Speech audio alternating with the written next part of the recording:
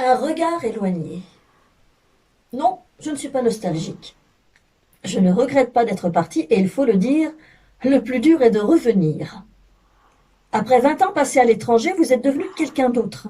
Vous êtes quelqu'un de votre pays sans l'être tout à fait. On vous le fait sentir.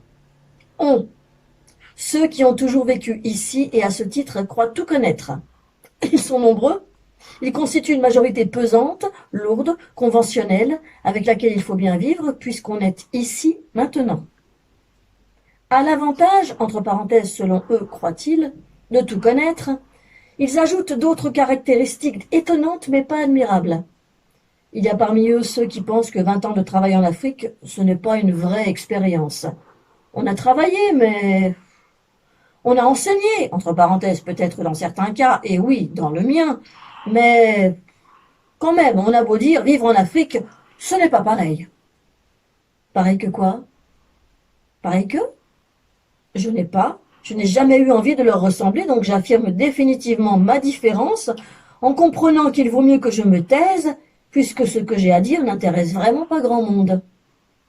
Et puis, il y a ceux que, dans un langage très direct, je nommerais les gros connards de racistes. Ah, ils sont plus nombreux qu'on le croit, cachés, hypocrites. Ils se cachent notamment derrière une politesse de façade. Souvent, aussi, ils se cachent derrière de fausses connaissances, derrière des sophismes bêtifiants. Connard, deux points. Je ne trouve pas d'autre mot pour exprimer ce que sont ces gens pour lesquels je n'ai aucune indulgence. Bref, rentrer chez soi, ce n'est pas facile quand beaucoup vous faut comprendre plus ou moins directement que vous n'êtes pas chez vous. Ces comportements rendent le retour assez pénible. Ainsi, revenir, c'est plus dur que partir.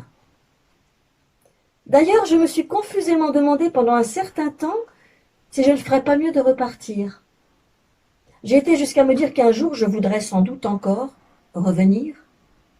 Il fallait tenir le coup, ce que je fis. Repartir, ça aurait été remettre à plus tard ce qui de toute façon arriverait. Je me trouverais un jour, en quelque sorte, inadapté.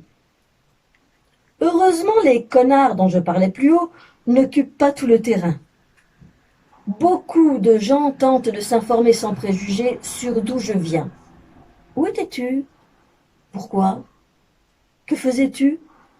Des questions simples sur ma vie sous l'équateur me réconfortent, me rappellent que nous sommes tous semblables, même si nos parcours ne le sont pas.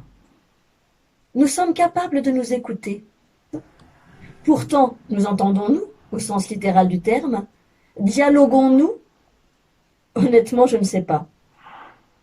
En vérité, je ne crois pas.